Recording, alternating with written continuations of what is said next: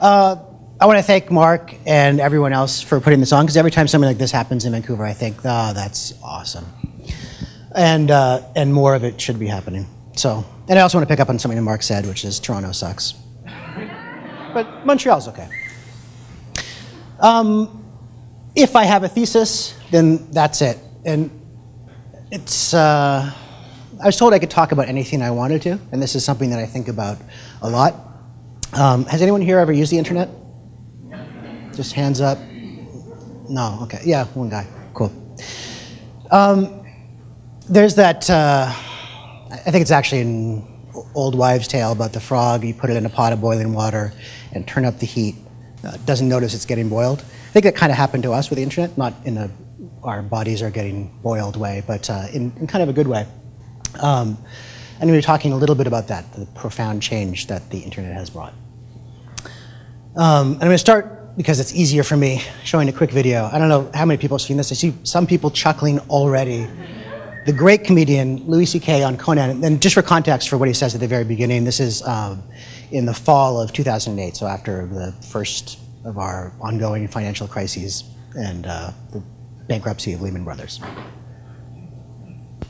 Back then, yeah. Those were simpler times, I think. I just feel like we may be going back to that, by the way. But in a way, good, because when I read things like the foundations of capitalism are shattering, I'm like, maybe we need that. Maybe we need some time where we're walking around with a donkey with pots clanging on the sides. You think that would just bring us back to reality? Yeah, because everything is amazing right now, and nobody's happy. Like, in my lifetime, the changes in the world have been incredible. When I was a kid, we had a rotary phone. We had a phone that you had to stand next to, and you had to dial it. Yes. Do you realize how primitive? You're making sparks in a phone, and you actually would hate people with zeros in their numbers because it was more like, oh, this guy's got 2 zeros. Screw that guy. Why do I want to? And then if they called and you weren't home, the phone would just ring lonely by itself. And then if you wanted money, you had to go in the bank. For when it was open for like 3 hours, you had to stay in line, write yourself a check like an idiot, and then when you ran out of money, you just go, well, I can't do any more things now. I can't do any more things. That's it, yeah. That was it. And even if you had a credit card, the guy would go, ugh, and he'd bring out this whole shunk, and he'd write, oh, you have to call the president to see if you have any money. And it's all true, kids. You had to call the president, yeah. It was ridiculous. Yes. Do you feel that we now, in the 21st century, we take technology for granted? Well, yeah, because now we live in an amazing, amazing world, and it's wasted on the crappiest generation of just spoiled idiots that don't care, because this is what people are like now. They got their phone, and they're like, it won't. Give it a second. It's going to space. Can you give it a second to get back from space? Is the speed of light too slow for you? Yeah. I was on an airplane, and there was internet, high-speed internet on the airplane. That's the newest thing that I know exists. And I'm sitting on the plane, and they go, open up your laptop, you can go on the internet. And it's fast, and I'm watching YouTube clips. I'm in an airplane. And then it breaks down, and they apologize, the internet's not working. The guy next to me goes, this is bull.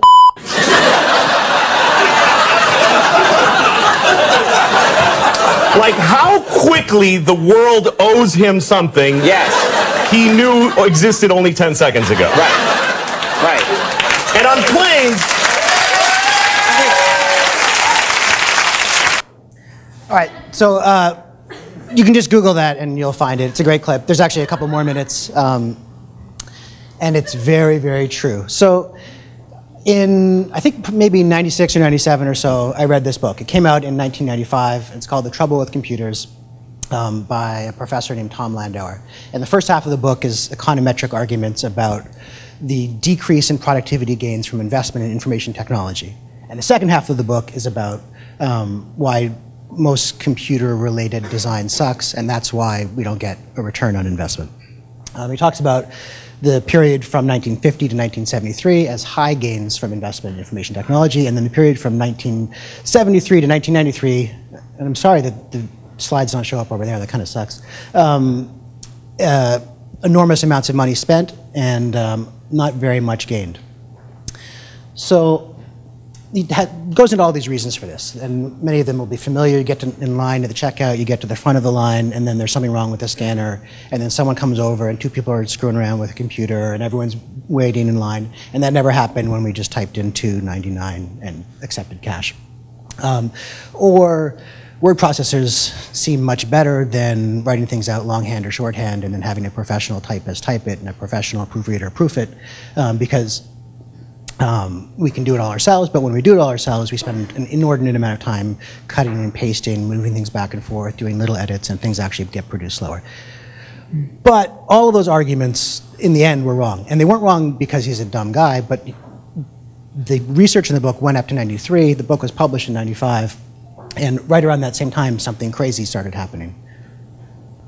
Well, there's a revolution going on in rec rooms, offices, and classrooms around the world. A revolution in which 15 million people are taking part. They're sharing scientific data, arguing philosophy, or passing on cooking tips and gossip night and day through a computer network called Internet.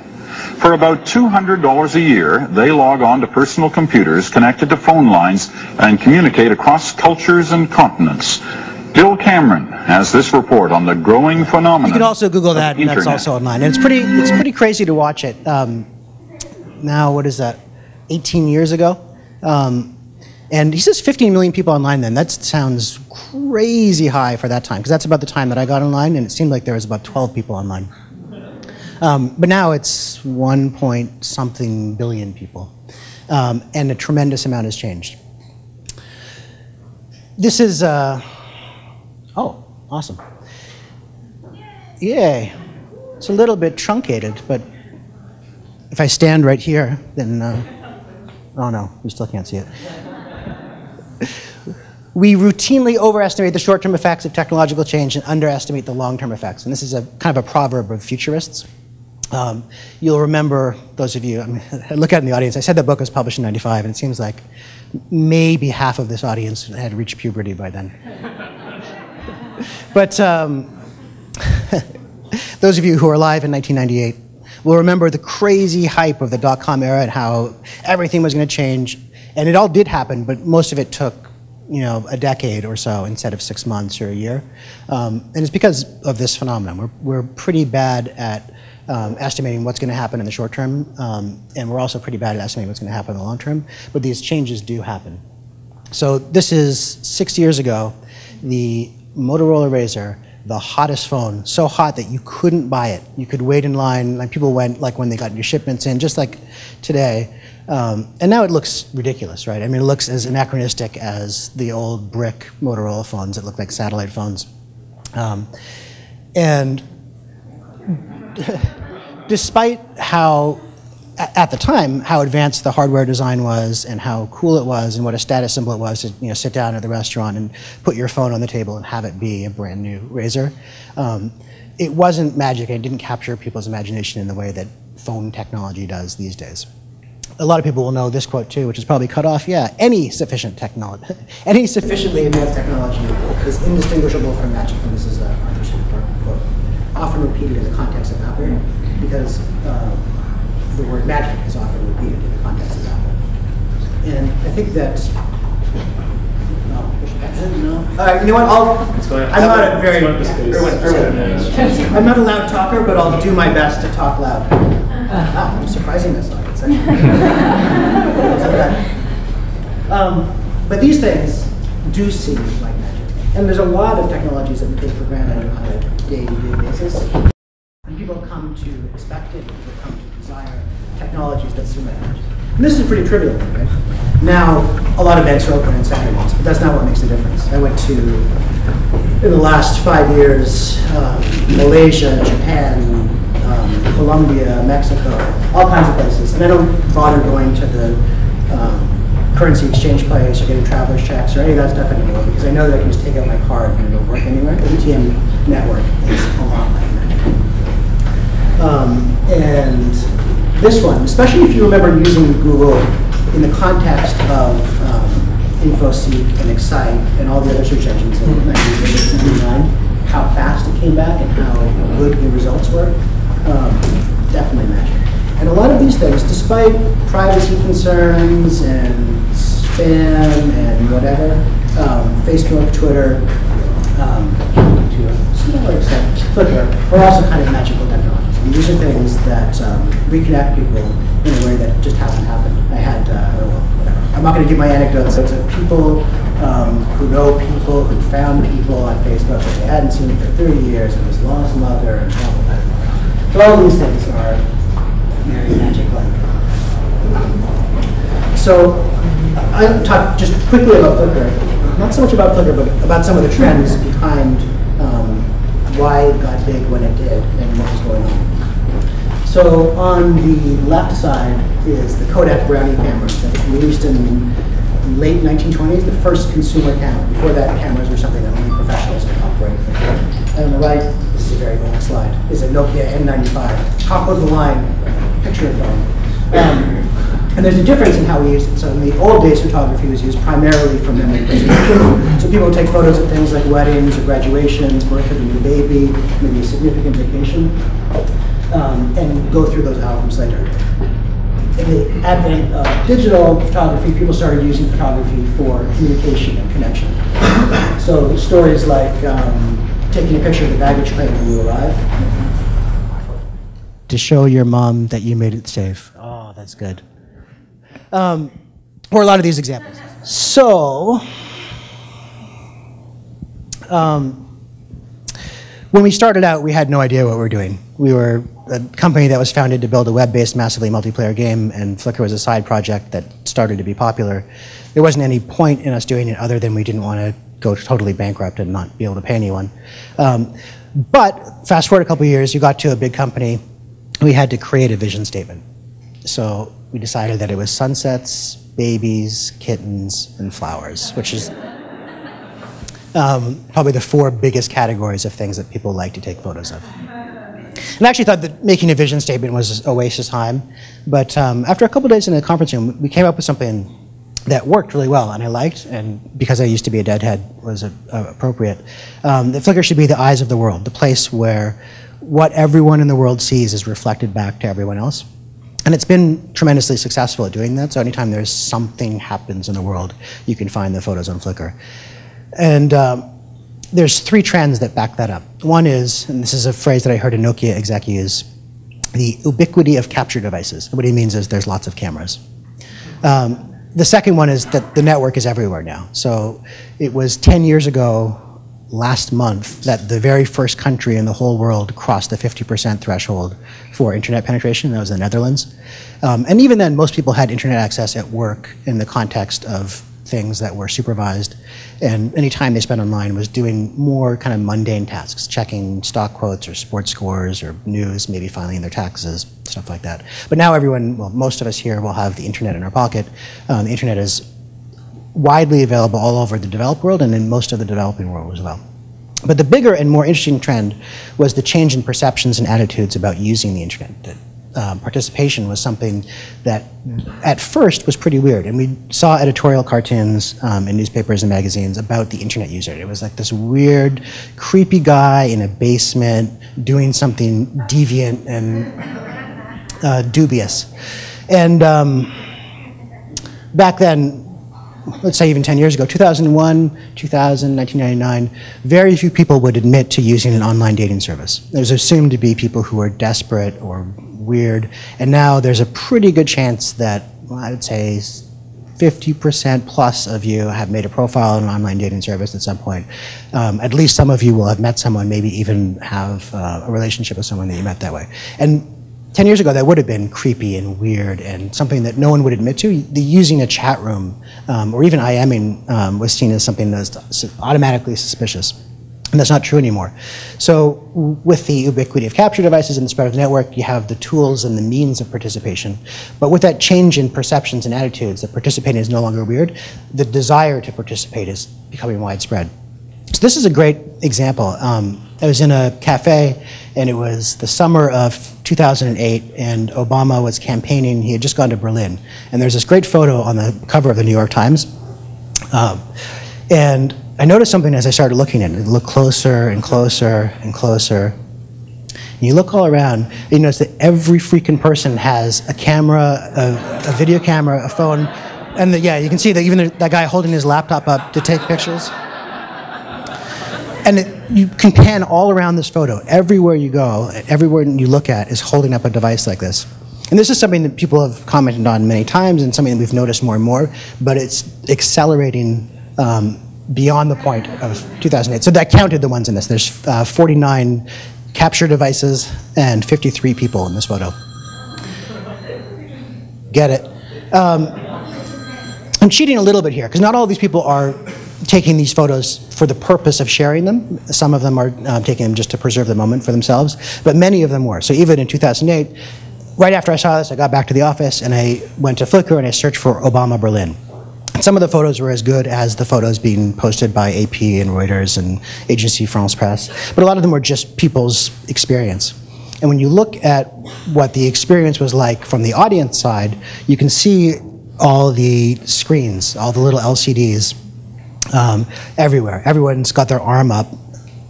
And this is true at every outdoor event, every festival, every concert.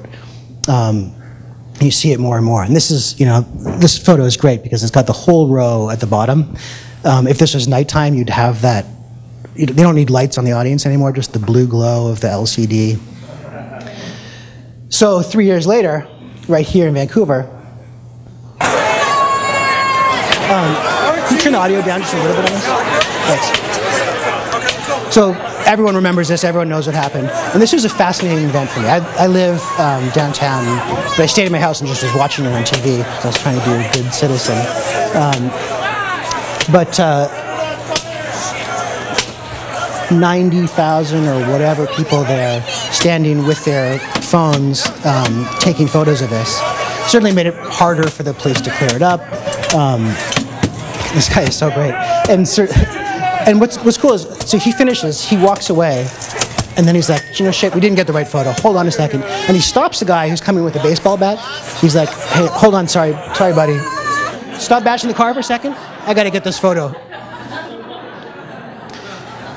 So I think it made it harder for the riot to actually stop, but it also created this strange phenomenon where people were physically present, but not like, I don't know, mentally present, not spiritually present, because their experience was mediated by the device and because they were thinking of, I got to get, this is crazy, this is totally crazy, I got to get this, and just looking at it and creating an automatic capture and an automatic audience for people to do stuff like this, and I think that really exacerbated it. So if you look at the photos, again, it's exactly the same experience. These are some great photos taken by a local Vancouver photographer. And this one, it took me a while to figure it out, but I got it from a comment. There's a fire alarm bell being tossed in the air.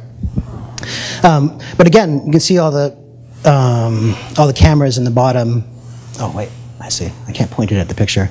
And it's just like being at a concert. I mean, it's almost everyone who's standing there isn't really participating in the event. I mean, they're not really present as actors. They become totally passive. So, I mean, that's perhaps a negative side. It's not all negative. If you look for a second just at the number of people using the web for social interaction, I don't mean the number of people purely online, but the number of people who spend a significant amount of their discretionary time using internet technologies to interact with other people. In the very early days, around the time I got online, there was Usenet. There wasn't quite a web yet. I mean, there was technically a web in the technical sense, but it wasn't very populated. With the start of the web and people making home pages that grew, the dot-com era got more people online. The advent of blogs meant a lot of people were actually spending their time creating content for the internet for the purpose of interacting with other people, for the purpose of getting mentioned on someone else's blog, or for getting a comment, or for commenting on other people's stuff. And then there was Friendster, and MySpace, and Facebook, and World of Warcraft, and Twitter, and all kinds of crazy different technologies. And it really started to take off. So if you look at just what that curve looks like, this is the world we live in today, that most people spend a significant amount of their discretionary time using internet technologies to interact with one another. I should point out that the chart is totally made up. I didn't use any real numbers for this. It's experientially accurate. And I think it doesn't really matter because to a large extent it is actually accurate.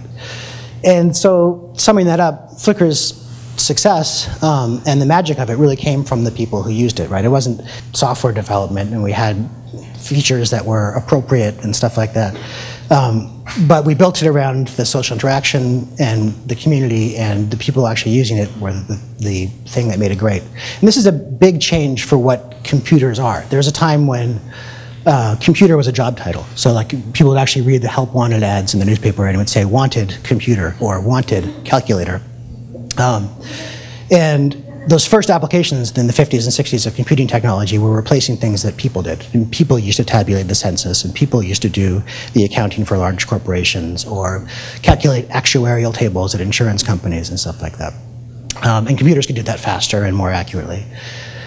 As I mentioned before, it's pretty hard to get computers to help you think better. And there's all kinds of crazy software development, all kinds of work being done to make that experience better, to kind of augment or enhance the cognitive capabilities of human beings through the use of computer technology. But mostly it doesn't work. And yet, everyone has a computer. I remember I had this experience. My father was a real estate developer, and he had an office with a bunch of architects in it. And sometime in the early to mid-90s, I walked into the office, and every single person in the office was sitting behind a computer. So the receptionist, the architects, the drafters, the accountants, the business people, designers, every single person was behind a computer. And that's the experience of going into any office, government facility. Pretty much everywhere you go, people's job is to sit in front of a computer all day. But what we're doing is very different. The first uses of computers were for application-based computing. So things like calculating the trajectory of a surface-to-air missile or something like that. You would build a computer just for that one application. And then there was the era that most of us started using computers with, the document-based computing. So the locus of interaction was a Word doc or a spreadsheet or a photograph or something like that. We had applications, many of them, not just one, that would allow us to interact with those documents. And now, most CPU power, and this is just trivially true because of cell phones, is used to enable people to talk to one another.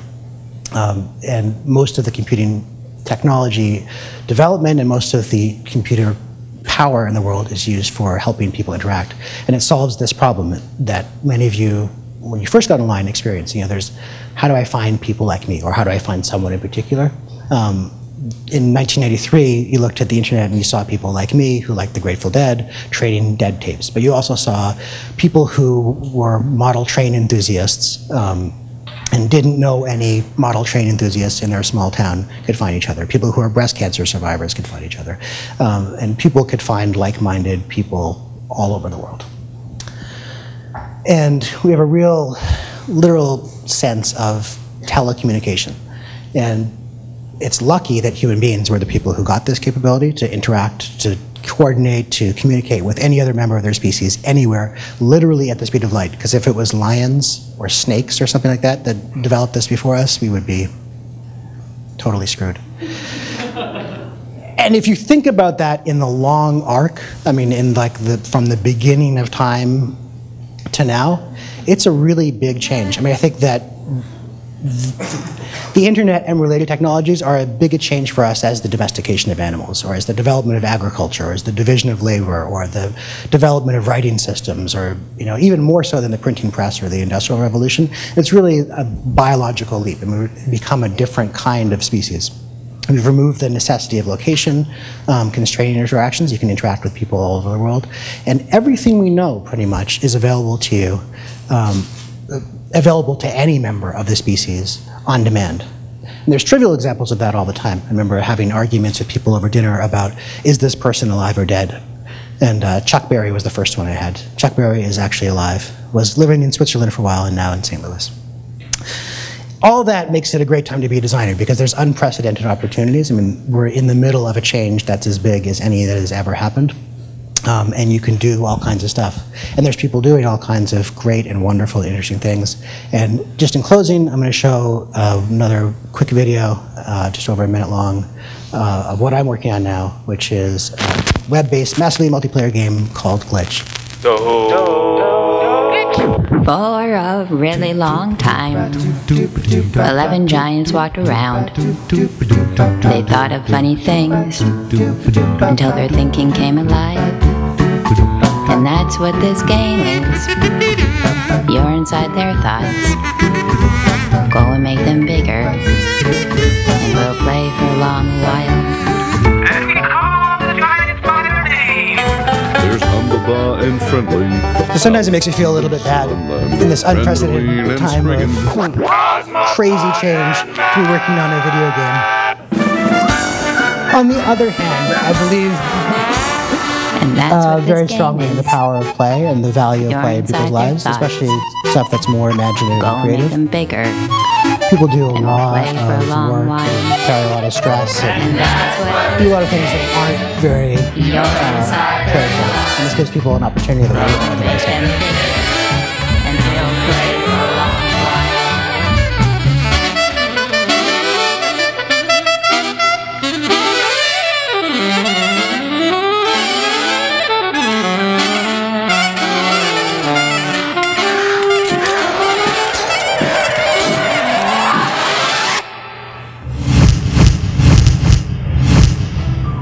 And then there's a punchline with our original launch date.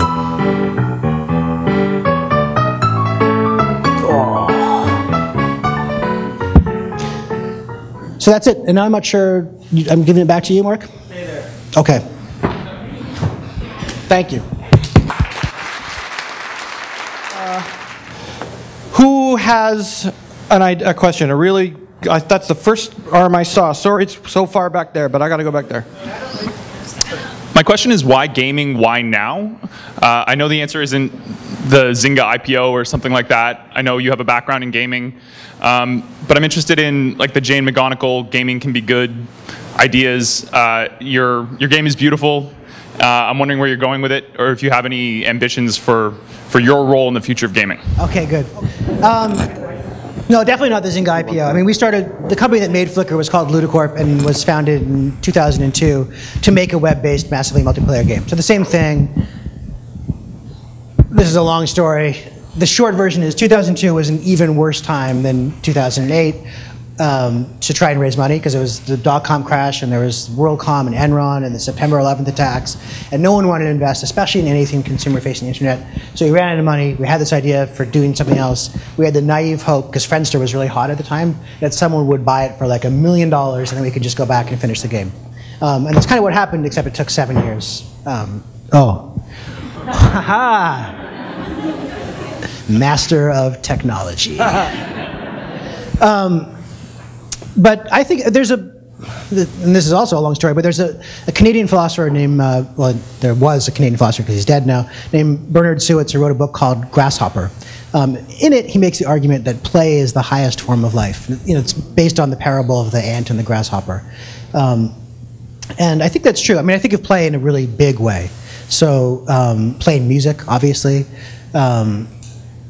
And man, you know what? I'm sorry, because there might be other questions, but I got to answer this one with the full story. I was giving a talk on creativity and play, walking past an elementary school on the way to the venue. The recess bell rings, all the kids run out, and immediately they just start playing. So like a lot of spontaneous games like I'm going to run as fast as I can, and you run as fast as you can, see if you can catch me. They were playing organized games like Foursquare and Hopscotch, and they were playing cops and robbers, and they were playing house, and assuming these roles in an experimental way, seeing how they relate to other people. Kids will play at the edge of their physicality, at the edge of their sexuality, at the edge of everything to try and discover who they are and invent who they are in the world. And that's something that gets lost as we get older. We become a occupation. We become a wife or a mother or a father or whatever. We become someone who had this shitty thing happen to them, or had this great thing happen to them, or whatever, and giving up on the opportunities for play. And this is what I was saying. I mean, I felt bad after, because I'm saying in this kind of like apologetic tone, saying, well, it's just a video game and the internet is so great. But just like in the case of Flickr, where the best email we got from people was email that went like this: I'm a 50-year-old woman. I loved being creative when I was younger. Art was my favorite class. I've always been kind of interested in photography. I gave all that stuff up. I was raising kids. I was doing all this stuff. And now suddenly I'm taking photographs again. I found this whole community of people who one I'm thinking of is a landscape and garden photographer. I found this whole community of people who are interested in the same thing I am. They give me great feedback. I give them great feedback, and it's just opened up this whole world to me. And we get the same kind of email in the context of Glitch from people who, with some of them like borderline fanatical, that I feel like I've opened up, and it's because it's not. I have a comfortable lifestyle. I would like for this company to be a financial success for all the employees and the investors, and it's a better thing because it perpetuates itself. But I'm not going after Zynga IPO, and I don't want to fuck people with the spam on Facebook walls and try and get 25 cents here and bing, bing, bing, buy this stuff. I think that it can be very successful as a business and still serve a purpose that's not so noble like I'm Médecins Sans Frontières or I'm Partners in Health and I'm dealing with people with drug-resistant tuberculosis in Haiti or something like that. I don't want to make it sound like I think I'm saving the world by making video games, but I do think that we create an opportunity for people to play in a way that's genuine. I mean, like really play, really assume a role, and have that same magic happen to them that happens in the context of playing music, or that happens in the context of great wordplay, that happens when you're flirting with someone, happens when you discover some new thing you can do, and someone riffs off of that and does some new thing that they can do. I think, because those are the highest experiences. I mean, there's other experiences that are very valuable and important as well, spiritual things, but I think that play is an undervalued and very important aspect of humanity. Okay, who can do a better question than that one? You can, huh? You look at it.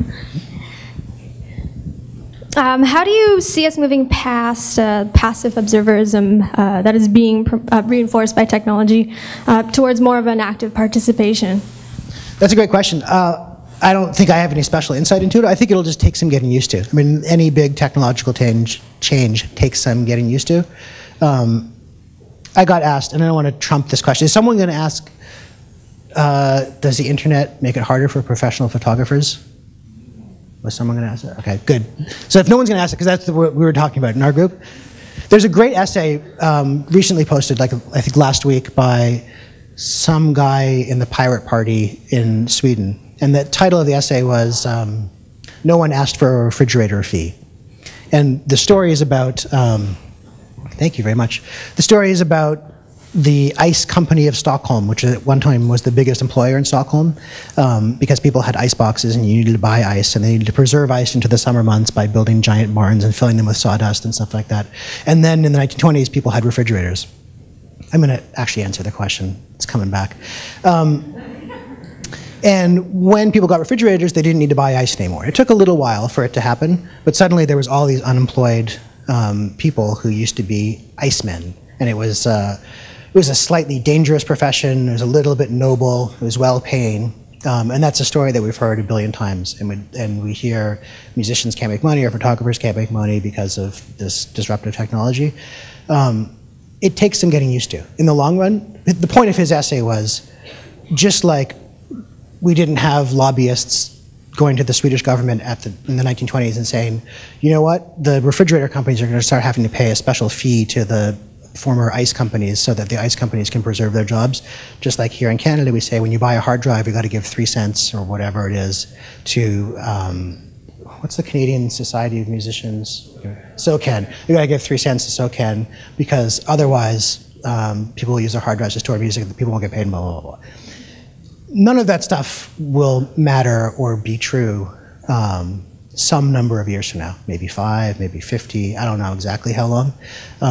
I think we'll get used to having the prosthetic capture device in the same way that we got used to having the automobile, or that we got used to having penicillin, or that we got used to having jet travel, or the telephone network, or any of those kinds of technologies. It just be very disruptive in the short term. And I think that I'm horrible. I'm a piece of shit to people sometimes because I'm looking at my phone, they're talking to me, I'm trying to have a real conversation with my email and stuff like that. We all have to make an effort, and I think it takes tremendous will to take yourself out of that situation of the constant ding, ding, ding of technology and being connected and stuff like that.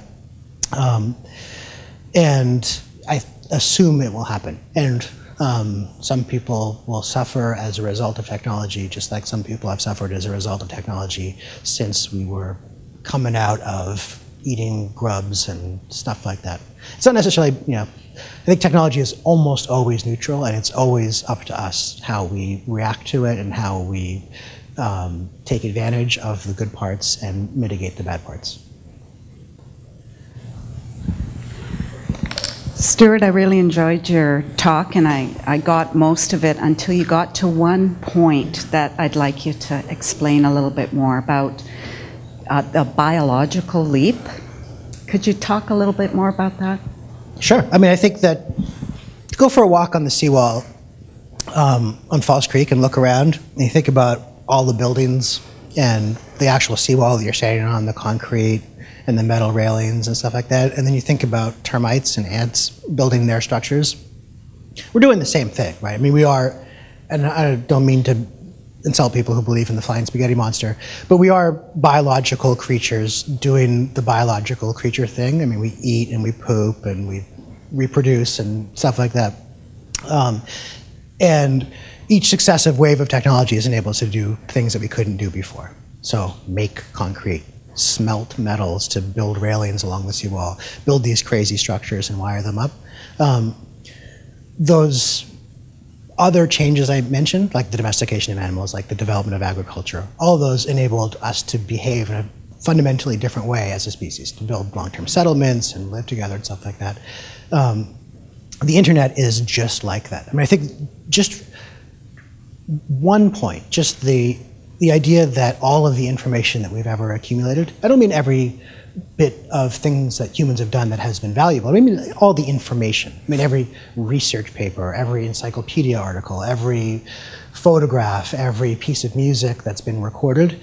Maybe not, we're at 96% when we will eventually get to 99%. All of that will be available, and that will be a profoundly different world. I mean, how many of you have seen a toddler? I don't mean a 5-year-old, I mean like a 6-month-old play with an iPad and watch a video. It's weird. And you think about what's going on in your brain when you're 6 months old. I mean, the amount of neurological development, the number of neurons dying, the number of connections forming and stuff like that. Kids today are going to be wired up in a totally different way. I don't know if it's good or bad or whatever. I'm just saying they will be, at a biological level, different than we are. Just like when I think about the way my grandmother lived her life, very different from mine. And you think about the way her great-great-great-great-great-great-grandmother lived her life, very different from hers. And yeah, that's what I meant by biological leap. Thanks, Grandpa. Has anybody read a book by Nicholas Carr called The Shallows, What the Internet is Doing to Our Brains? It's not a great book. Everybody should read it. Or as I did, I downloaded it and listened to it as an audiobook, which is ironic because I couldn't concentrate because my brain's so misfiring because of the internet. So anyway, maybe it's now, we have maybe 3 or 4 minutes before 10. I promised to get everybody out of here by 10. We could stick around and chat for a little while, but maybe 1 or 2 more questions. Who thinks they have a really fabulous question about creativity? Do you? Is it good? Do you promise it's good? I can't promise anything. All right, Bart. So my question is about communities and how communities promote creativity. You started Flickr in Vancouver. You moved to Northern California with Yahoo, and now you're in Vancouver, and your company is in Vancouver and San Francisco. So what does being in Vancouver bring to your creativity that being in just San Francisco couldn't be? What makes Vancouver's creative community unique? Good question. I don't know if I know the answer of what single thing makes it unique. I mean, I was born and raised in BC, and I like it here, so that's why I came back. I didn't come back because there was some specific person or some specific group of people that I wanted to work with. Having said that, there's 4 of us who started the company, 1 in New York, 1 in San Francisco, 1 in Vancouver, and then me, who could have been either in Vancouver or San Francisco, and I wanted to be in Vancouver. No one else was going to move, so we were going to be in Vancouver and San Francisco regardless of anything else. There's practical considerations. I live downtown and I work downtown, and it's convenient. There's a great provincial tax credit for game development companies, so there's a business incentive, and I think that that's working well, and it's something we have to do. I mean, the challenges and opportunities of Vancouver as a creative community is a whole other topic. I think we suffer because there isn't, because this isn't a headquarters city. This isn't Toronto. It's not even St. Louis. Which has Anheuser-Busch and American Express and all these companies. And it's not like having the huge corporations is in itself a good thing, but it is a good thing if you want a creative community because they support all those advertising agencies and all of those graphic design firms and stuff like that. And those are a good thing even if you hate advertising and don't like graphic design because there's all this spin-off creative stuff. So Vancouver's a tough one because we don't have anything except for real estate, right? So it's like we can, I mean, there really isn't, there used to be important resource industries, now there's unimportant resource industries. They still make money, and if you live in, I can't remember if it's Prince George or Prince Rupert, but whatever that city is that has the big deep water port, then it makes a difference in your life. But there's also obviously a lot of people in the game industry here. There's a lot of students coming out of VFS. We've actually hired a lot of people from different game design schools. And it's different. I mean, people, I did a presentation at some Vancouver business conferences talking about the difference between Silicon Valley ethos and Vancouver ethos. Here, people like to snowboard and smoke pot. And there, people like to work until 11, And so I think that's a disadvantage for us. Unless you think that snowboarding and smoking pot makes you more creative, which could be. I don't know, my mom's from Montreal, and she's Jewish. And so when we would watch TV or movies when I was little, she would say, he's Jewish, or she's from Montreal. Or the double whammy, like William Shatner, he's Jewish from Montreal, which is like one. And I feel that same, every time I see something good happen in Vancouver, every time I see someone from Vancouver succeed, it makes me feel good in that same way, like we all are sharing in it, I identify. And I think that I actually have a few people I work with here today, one of whom has never been here before and just came out to Vancouver this week because we just hired him. And when you come to Vancouver for the first time and you walk around and you think, wow, this is fantastic, it's amazing. And that's what we got is, well, when it's not raining, it's awesome and it's fantastic and it's an amazing place to live. And I think the city of Vancouver and the planning department in particular has done just such an amazing job. It's a wonderful place to live. And that's what we got to build community, whether it's creative or anything else. I'm cutting you off right there. Yeah, I could talk. I think that. Thank you.